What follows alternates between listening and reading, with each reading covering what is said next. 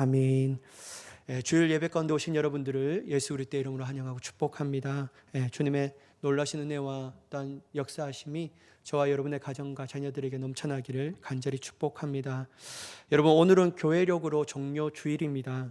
종료주일은 예수님께서 십자가의 죽음을 위하여 예루살렘에 입성하신 날을 기념하는 절기이죠. 절기입니다. 특별히 예수님께서 나귀를 타고 예루살렘에 입성하실 때요, 많은 사람들이 종려나무 가지를 흔들며 호산나 부르며 환영하는 데에서 붙여진 이름입니다. 그래서 우리는 이 날을 종료주일로 지키고 있습니다. 저는 이 종료주일이 그냥 머리에 감년 속으로 남겨져 있었거든요. 근데 필리핀에 가니까요, 진짜 종료주일에 많은 사람들이 이 종려나무 가지를 들고 막 이렇게 이 두개가로 시티 이 시내를 막 돌아다니더라고요.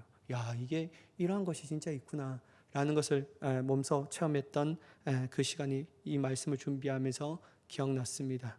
또한 여러분, 종료주일 다음 날부터는 고난주간이 시작됩니다. 이제 월요일부터 토요일까지 우리를 위하여 십자가에 못 박히기 위하여 주님의 몸을 던지시는 그 고난이 시작되는데요, 특별히 여러분 바쁘시더라도, 또한 몸이 힘들더라도 여러분 고난주간에 꼭 나오셔서요, 같이 주님의 십자가에 묵상하며 부활을 소망하며 나아가는 귀한 은혜의 시간이 되기를 간절히 축복합니다. 원래 오늘 설교는 로마서 7장을 하려고 준비했습니다. 다 써놨거든요. 근데 왠지 이 본문을 가지고 설교하고 싶다라는 감동이 너무나도 강력해서요, 그것을 다 지우고 다음 주에 설교를 하려고 다시 저장하고 오늘 이 말씀을 가지고 좀 은혜를 나누려고 합니다. 특별히 오늘 저는 예루살렘에 입성할 때 예수님을 맞이한 군중들과 또한 예수님을 십자가에 못 박으라고 소리쳤던 그 군중들을 중심으로 좀 말씀을 나누려고 합니다. 여러분, 그래서 제목도 어떻게 달라질 수 있습니까? 라는 제목을 잡아봤습니다. 여러분, 우리가 제일 처음에 읽었던 본문의 말씀을 먼저 보기를 원하는데요, 두 본문을 본다고 설교 시간이 길어질 거라고 마음의 염려와 걱정을 가지고 있는 분이 있다면 염려하지 마십시오. 금방 끝나야 합니다. 이것도 성만찬도 해야 되기 때문에 여러분들 걱정 안 하셔도 되니까. 그런데 여러분, 제가 이 말씀을 앞에 도입부에 썼는데도 설교 원고가 10장이 나오더라고요. 이게 큰일 났습니다. 하여튼 최소한 빠르게 마치도록 하겠습니다. 여러분, 먼저 마가복음 11장 말씀을 먼저 보면요, 예수님께서 예루살렘에 가까이 왔을 때 감난산 벳바게와 딴 베다니에 이르렀습니다. 이때 예수님은 제자 둘을 부르십니다. 그러면서 그들에게 다음과 같이 명령하시는데요, 너는 둘이 맞은편 마을로 들어가서 아무도 타 보지 않는 나귀가 새끼가 있는데 그 나귀 새끼를 가지고 와라 라고 명령하시는 거죠. 마치 여러분 앞을 내다 보신 것 같이 예수님께서 그렇게 말씀하시는 거예요. 거기에 더 하나, 혹시 어떤 사람이 나귀 주인이 누가 너희에게 왜 이렇게 하느냐라고 묻는다면 너희는 다른 말 하는 것이 아니라 주가 쓰시겠다 하라, 이 말만 하면 그 주인이 허락할 것이다 라고 말하는 것이죠. 여러분, 이때 그러한 정말 이해가 되지 않는 예수님의 명령임에도 불구하고요, 그 제자들은 기꺼이 순종합니다. 그리고 진짜 예수님의 말씀을 따라가 보니까요, 문 앞에 어린 나귀 새끼 한 마리가 매여 있는 거예요. 그리고 그것을 아무렇지 않게 막 풀어요. 이때 그러한 광경을 가까이 본 사람이 다음과 같이 묻습니다. 아마 주인인 것 같은데요, 나귀 새끼를 풀어 무엇을 하려느냐라는 거예요. 여러분, 성경은 점잖하게 말하는데 너희가 도대체 하는 일이 무엇이냐, 왜 허락도 받지 않고 이렇게 갖고 가냐 라고 묻고 있는 것이죠. 이때 제자들은 예수님께서 이르신 대로 말합니다. 주가 쓰시겠다 하라. 그러니까 이 말을 듣고 나서 주인은 다른 말도 하지 않고 가져가라고 허락하는 거예요. 여러분, 여기서도 가장 영적 큰 진리가 있는데요, 제가 이것을 가지고도 또한 여러분들에게 나누려면 1시간 정도를 나눠야 되는데요, 이거 제쳐놓고요, 저는 이 말씀 가운데 단 하나만 좀 얘기하려고 합니다. 여러분, 제자들은요, 주님의 명령에 옳고 그름에 따지지 않습니다. 상식적, 이성적 판단을 가지고 재단하지 않는다라는 거예요. 오로지 순종합니다. 이해하려고도 하지 않고 그냥 순종하는 거예요. 물론 이해하면 더 좋겠지만 그들이 순종할 수밖에 없는 가장 큰 이유가 무엇이냐면요, 다른 게 아니었어요. 그 명령한 주체가 예수님이기 때문에 그런 거예요.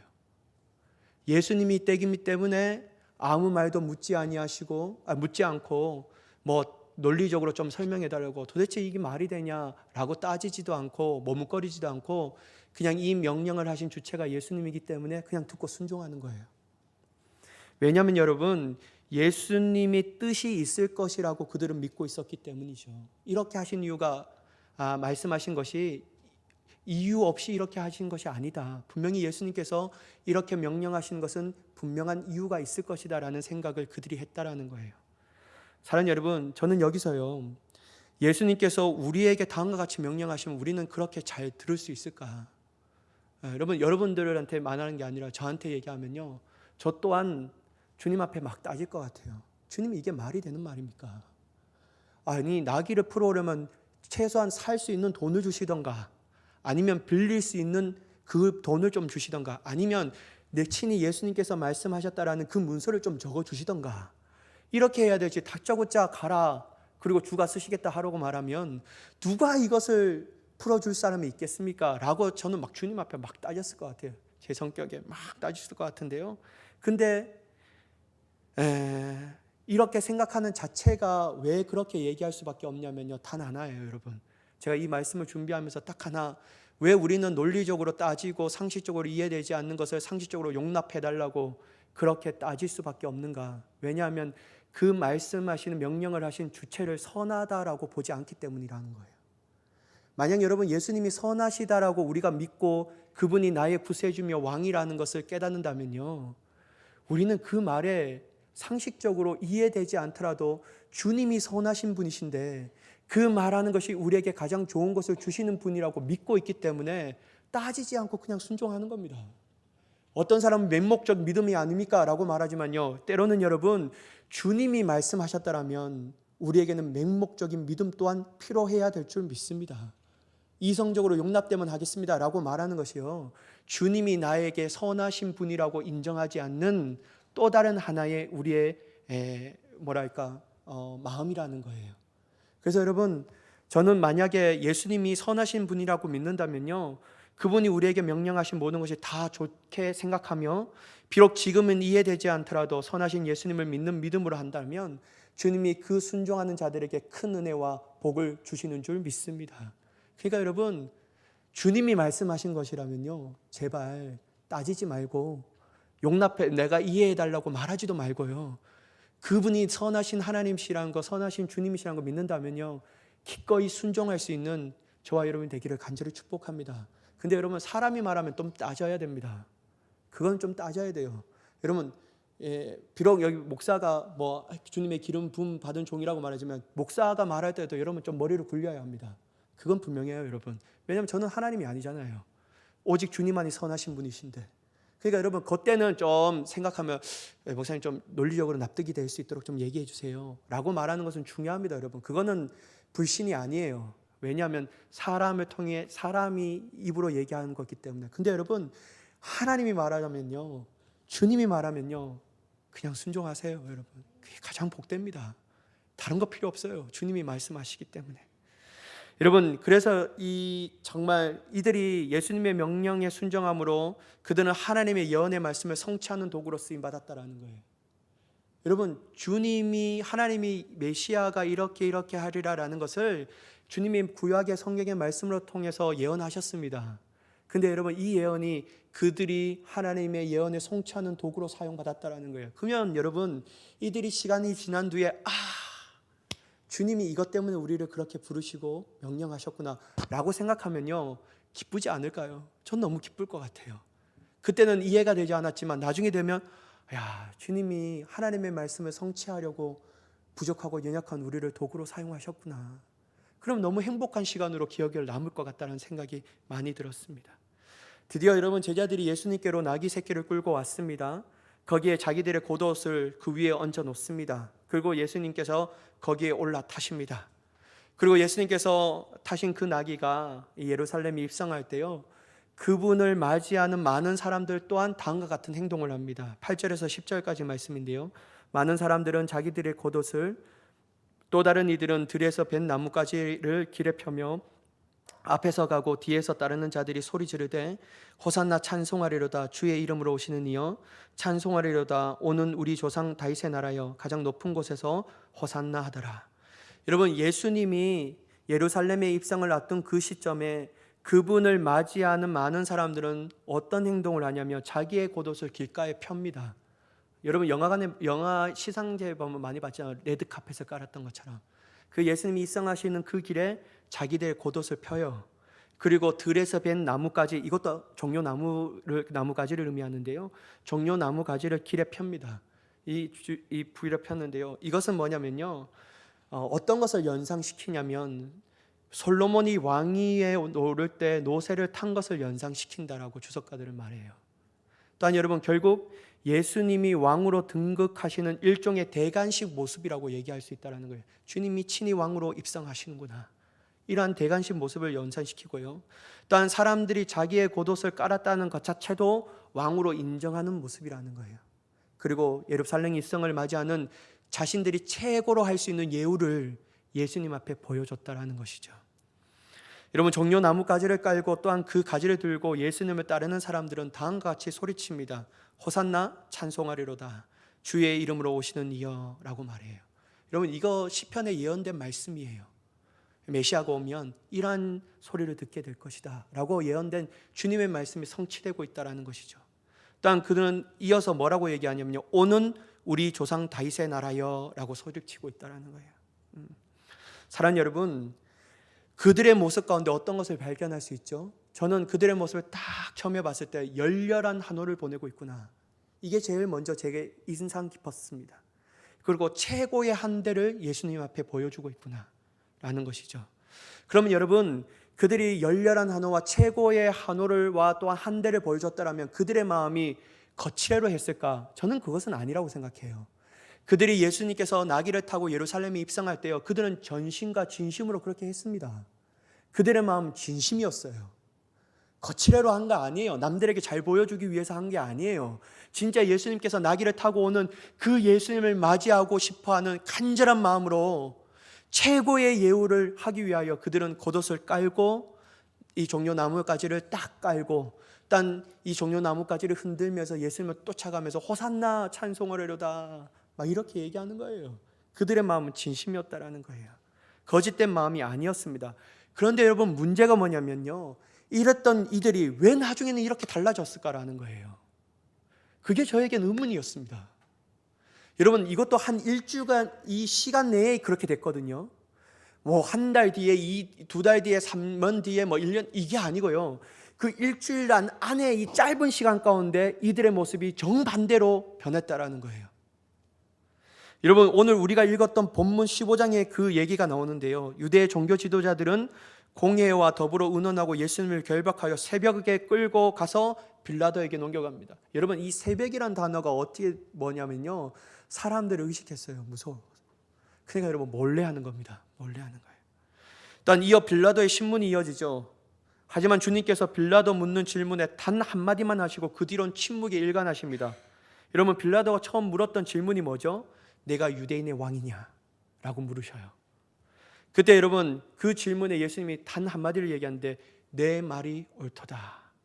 여러분, 이 말이 얼마나 명확하고 확고한 대답입니까? 너무나도 정말 이게 비스무리한 답이 아니라 아주 명확하고도 확고한 대답을 그에게 하는 거예요. 네 말이 옳도다 라고 말하는 거예요. 그리고 여러분, 이 빌라도가 다른 질문을 계속해서 주님 앞에 물어봅니다. 근데요, 주님은 침묵하셔요.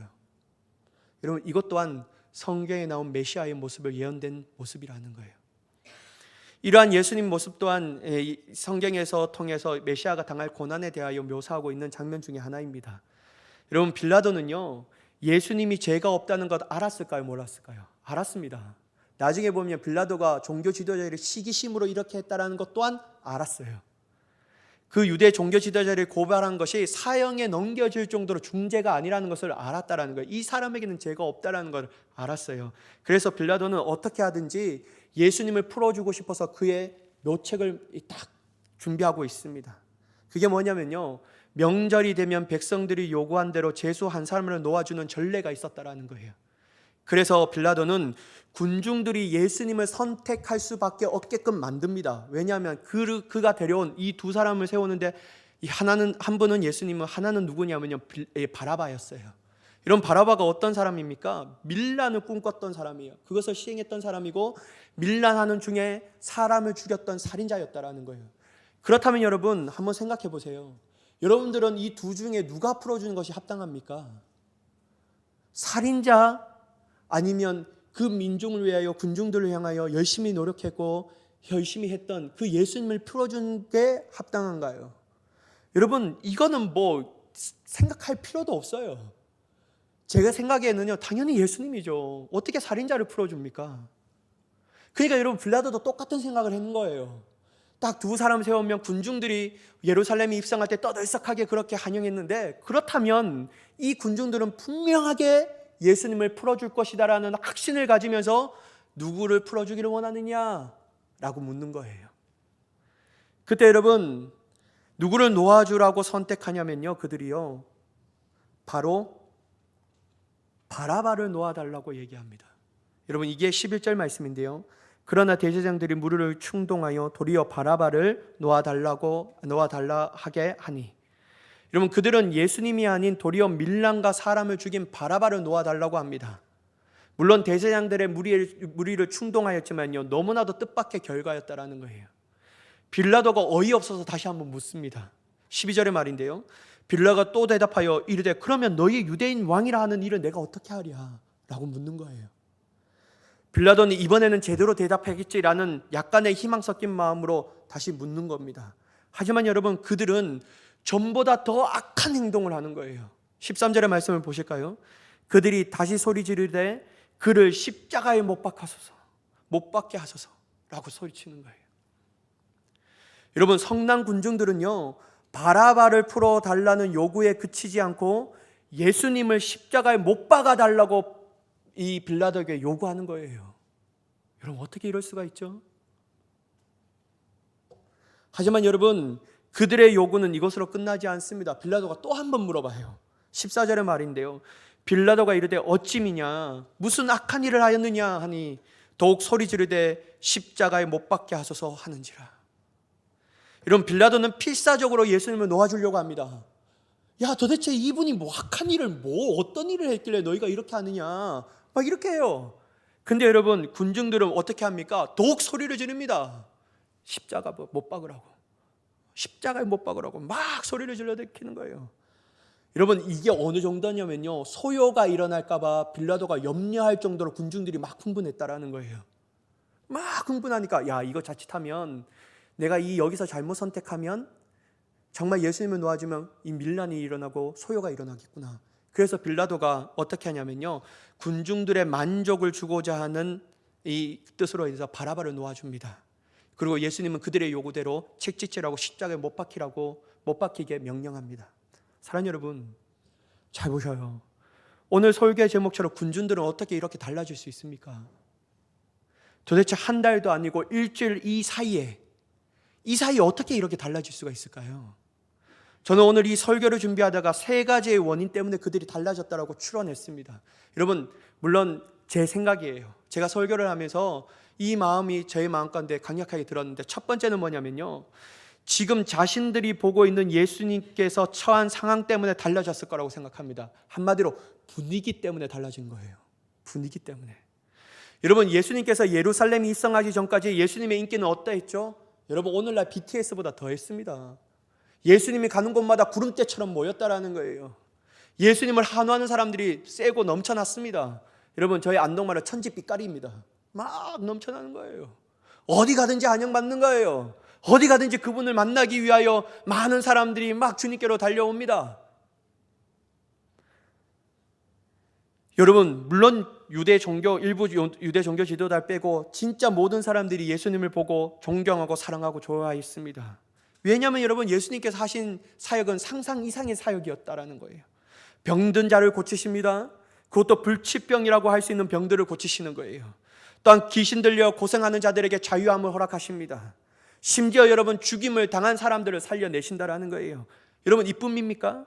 물고기 2마리와 보리떡 5개로 남자 성인만 5,000명을 먹이고도 12광주리를 남기신다라는 거예요. 또한 여러분 무리를 걸어오십니다. 가난한 자와 소외된 자를 가슴에 품고 그들을 불쌍히 여기며 그들을 도와주십니다.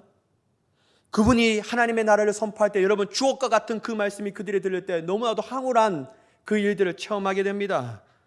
여러분 이러니 여러분 예수님을 향하여 어찌 존경하지 않을 수가 있냐라는 거예요. 어찌 사랑하고 따라가지 않을 수가 있냐라는 거예요. 당연하죠. 예루살렘 일성할 때 종려 나뭇가지를 흔들고 호산나 찬송하리로다 이렇게 얘기하는 게 당연한 거예요. 그때 분위기상 사회적 분위기상 당연한 거였다라는 거예요. 그런데 여러분 한순간 예수님이 붙잡혀 있는 그 초라한 모습과 분위기를 볼 때 그들은 달라질 수밖에 없는 거예요. 너무 초라하구나. 어떻게 이러지? 야, 이 분위기가 이런 거 아니구나. 사랑하는 여러분, 우리가 처한 상황 그리고 관계하는 사람들의 영적 분위기가 좋을 때는요, 그들과 관계하는 우리도 영적 분위기에 따라 영적인 것을 사모하게 됩니다. 그렇지 않습니까, 여러분? 믿음이 견고한 사람과 믿음이 좋은 사람과 교제하면 어떻게 됩니까? 믿음의 도전을 받는 거예요. 저 사람이 만났던 예수님 나도 만나고 싶다.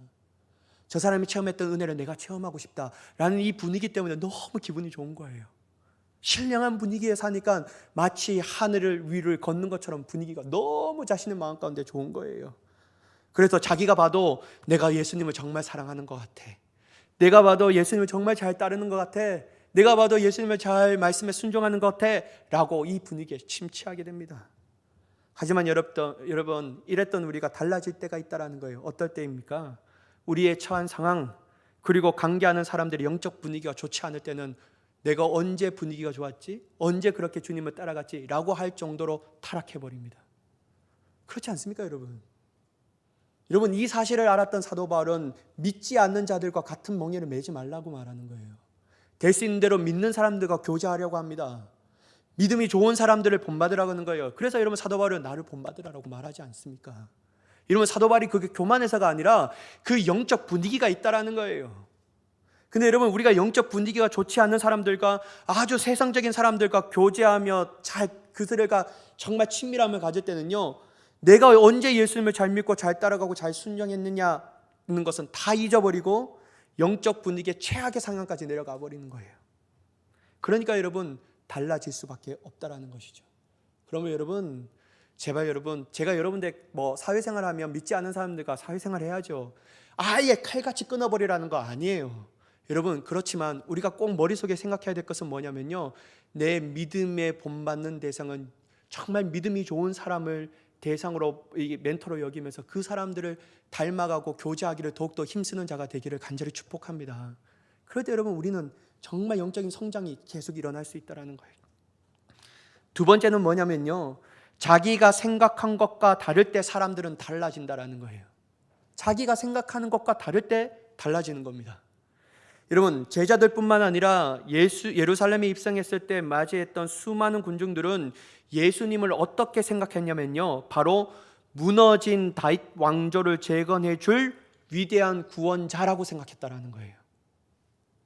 이제 예수님이 예루살렘에 들어가기만 하면 게임이 끝났다라고 생각했습니다. 왜냐하면 당장이라도 로마의 압제를 끝장내버리고 그들의 군대를 다 몰아내고 자신들을 정치적 속방에서 해방시켜 줄 정치적 메시아라고 생각했다라는 것이죠. 그러니까 한화했는 거예요. 그러니까 여러분 뒤에 뭐라고 하면 다윗의 왕 막 이런 얘기를 고백하는 거죠. 유다가 재건되는구나, 망했던 이 속박에 얽매였던 우리나라가 드디어 해방되는구나 라고 막 즐거워하며 그 예수님을 예루살렘에 입성할 때 맞이했다라는 것이죠. 여러분 진짜 그들은요, 예수님께서 다윗 시대의 정치적 경제적 부흥을 기대했던 자들이었습니다. 그런데 웬걸 예루살렘에 입성하시고 로마 압제를 끊어내고 로마 군인을 몰아내기는커녕 그들의 손에 붙잡혀 있는 모습을 보니까 달라지지 않을 수가 있겠습니까, 여러분? 당연히 달라지죠. 내가 믿었던 것이 그분이었는데 내가 쏘갔구나. 야, 내가 쏘갔구나. 막 이런 것이 막 자기의 머리 가운데 막 하니까 자기의 마음이 달라지는 거예요. 그들이 생각했던 모습과 너무 달라졌습니다. 자신이 바랬던 예수님의 상이 아니었던 거예요. 정치적 메시아로 꿈꿨는데 자기를 정치적 또한 경제적 부흥을 이뤄줄 메시아라는 분이 바로 예수님이라고 생각했는데 지금 보니까 붙잡혀 있는 한낱 죄수와 불가한 그 모습으로 서 있으니까 자기들이 마음 가운데 화가 나는 거죠. 그런데 문제가 뭐냐면요, 여러분, 그들의 이러한 모습이 때론 우리의 모습에도 나타난다라는 거예요. 자신이 생각했던 예수님, 즉 문제 해결사의 예수님, 요술램프의 지니처럼 짠하고 자신의 꿈을 이뤄줄 예수님, 건강과 성공을 주시는 예수님이라고 생각하는데 이런 것을 주시지 않으니까 달라질 수밖에 없는 겁니다. 왜 나에게 성공을 주시지 않느냐고. 내가 주님 앞에 어떻게 했는데. 주님 내 건강을 좋게 하셔야죠. 왜 그렇게 하십니까? 문제 해결해 주셔야죠. 왜 이 문제도 해결해 주지 못한 분이 어떻게 내 주님입니까? 막 이렇게 얘기하는 거예요. 그런데 여러분, 물론 예수님도 우리의 문제도 우리에게 건강과 성공을 주시는 분이신 것은 맞습니다. 저는 그게 부인한 거 아니에요. 하지만 여러분, 중요한 본질은요, 주님은 그런 본질이 아니라는 거예요. 그건 격가지입니다. 격가지요. 주님 앞에 따라올 때, 주님을 믿을 때 부수적으로 따라오는 거예요. 그리고 따라오지 않을 수도 있습니다. 여러분, 만약에 그런 원칙을 정말 되려면요, 북한 사람들 어떻게 설명할 거냐라는 거예요. 저는 이런 북한 사람들, 지하교회 성도들, 자기의 목숨을 걸고 믿음을 지키는 자들은 성공합니까? 자유롭습니까? 아니잖아요, 여러분. 다 언젠가 죽을지 모르는 이 불안감에서도 여전히 믿음을 포기하지 않고 그들은 숨죽이면서 찬양하고 숨죽이면서 예배하고 숨죽이면서 기도하고 있다는 거예요. 그러면 여러분, 예수님 믿으면 성공해야 되고 세상의 부귀와 영화를 얻어야 되는데 왜 그렇지 않지? 그건 여러분 논리적으로 설명되지 않습니다. 그렇다면 여러분, 단 중요한 것이 뭐냐면 그것이 중요한 예수님의 본질이 아니라는 거예요. 여러분, 예수님의 본질은 무엇입니까, 여러분? 바로 우리를 죄에서 구원하시는 구원자 예수님이시라는 거예요. 영원한 저주를 끊으시고 영원한 생명과 영원한 하나님의 나라인 천국에서 살게 하시는 오직 유일한 우리의 중보자이신 분이 바로 예수님이시라는 거예요. 그분이 바로 기름 부음 받은 자 메시아라는 겁니다. 그분이 우리의 삶의 주인이요 우리의 왕이시라는 겁니다. 이게 바로 중요한 예수님의 핵심의 본질입니다. 근데 여러분, 우리는 이 본질을 부여잡지 않고 자꾸만 비본질을 부여잡고 나아가니까요, 우리의 신앙이 헷가닥 하는 겁니다. 기분이 좋을 때는 예수님 잘 따라가요. 내 삶이 편안할 때는 주님 잘 따라갑니다. 근데 내 삶이 조금 풀리지 않으면 주님 앞에 원망하고, 어디 주님이 이런 주님입니까? 막 그렇게 하지 않습니까? 주님, 내가 원했던 주님이 아닌데 희한하네. 그래서 신령한 것들을 놓쳐버립니다. 따라가지 않아요. 그냥 내가 예수님 믿으니까 일주일에 딱 그냥 기도도 안 하고 그냥 예배 한 번만 드리고 그것에 만족하며 사는 거예요. 왜냐하면 자기가 원했던 예수님의 상이 아니라는 거예요. 사랑하는 여러분, 우리가 주님에 대한 본질을 부여잡고 있다면요, 제대로 믿고 나아간다면 어떻게 이렇게 악한 모습으로 달라질 수가 있냐라는 거예요. 그렇지 않다라는 거예요. 변질될 수 없다라는 겁니다. 여러분, 오직 예수님을 중요한 본질을 놓치지 않고 신앙생활을 할 수 있는 저와 여러분이 되기를 간절히 축복합니다. 너무 중요합니다, 여러분. 세 번째, 제가 이들이 이렇게 달라질 수밖에 없는 원인이 무엇일까? 그건 뭐냐면 사단의 유혹입니다. 군중들이 그렇게 하도록 누가 조장했습니까, 여러분? 바로 오늘 성경에 보면 대제사장들이 무리를 충동했다라고 말하고 있습니다. 대제사장들이 그렇게 조장하는 것입니다. 그렇게 하도록 부추긴 겁니다. 여러분, 만약 우리 또한 성령님의 인도하심과 예수님의 다스림을 받지 않고 그분의 음성에 귀를 기울이지 않는다면 우는 사자와 같이 달려드는 마귀의 유혹에 넘어갈 수밖에 없다라는 거예요. 여러분, 마귀의 죄의 유혹에 넘어가면 어떻게 됩니까? 우리는 순식간에 타락돼 버립니다. 여러분, 세상의 달콤한 속삭임이 얼마나 우리에게 귀에 들기에 얼마나 좋습니까? 사단의 유혹에 빠지면 안 된다라고 알지만 사단의 유혹에 딱 우리 가운데 모일 때 얼마나 이상적으로 보입니까? 내가 바랬던 이 이상인데 막 이렇게 하는 거예요. 사단이 이걸 모를까요, 여러분? 잘 압니다. 사단이 우리가 원하는 이상을 잘 알아요. 그러니까 사단이 우리가 원하는 이상을 가지고 유혹하는 거예요. 그런데 여러분, 절대로 여러분 유혹의 속삼에 넘어가면 안 됩니다. 사단의 유혹에 빠지면 안 돼요. 달콤한 속삭임에 넘어가면 안 돼요. 죄의 쾌락에 절대로 넘어가면 안 된다라는 거예요. 여러분, 우리가 넘어가지 않기 위해서 넘어가지 않아야지 이렇게 해서 넘어가는 게 아닙니다. 넘어가지 않는 거 아님이라는 거예요. 그러면 어떻게 해야 될까요? 여러분, 거기에 대해서 묵상하지 말아야 합니다. 사단이 주는 음성에 자꾸 묵상하지 말아야 합니다.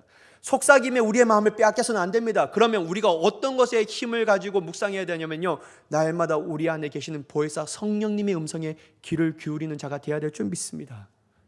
그 성령님의 음성에 귀를 기울여야 해요. 왜냐하면 성령님은 주님의 깊은 것까지 통달하게 하시는 분이시기 때문입니다.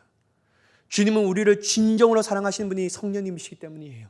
왜냐하면 성령님은 우리의 연약한 부분까지 다 아셔서 하나님 앞에 우리를 위하여 탄식하며 기도하지 않습니까? 이 성령님의 음성에 귀를 기울이면 우리는 변질되지 않을 수가 있는 줄 믿습니다. 여러분, 오직 예수님의 음성, 하나님의 말씀을 귀를 기울이며 순종하며 나아가는 우리의 삶이 되기를 간절히 축복합니다. 이럴 때 우리는 달라지고 변질된 인생이 아니라 은혜 안에서 더욱더 성장하는 인생을 살아가게 되는 줄 믿습니다. 여러분, 내일부터 고난주간이 시작됩니다. 또한 특별 새벽기도가 시작됩니다. 여러분, 죄송해요. 여러분들에게 동기부여하려고 이런 말씀을 합니다. 근데 여러분, 주님이 우리에게 원하십니다. 기도의 자리를 사모하라. 말씀의 자리에 은혜의 자리를 떠나지 말아라. 예배의 목숨을 걸어라. 주님이 우리에게 이렇게 말씀하시는 그 음성에 순종하며, 여러분, 멀어도 못 나도 괜찮아요. 유튜브로 같이 하면 어떻습니까? 장소가 중요합니까? 그런데 여러분, 할 수 있는 대로 같이 모이고 기도하면 더 큰 하나님의 은혜가 우리에게 부어주실 줄 믿습니다. 어느 자리에서나 주님의 음성을 듣고 승리하며 나아가는 저와 여러분이 되기를 예수 그리스도의 이름으로 간절히 축원합니다. 기도하겠습니다. 주님,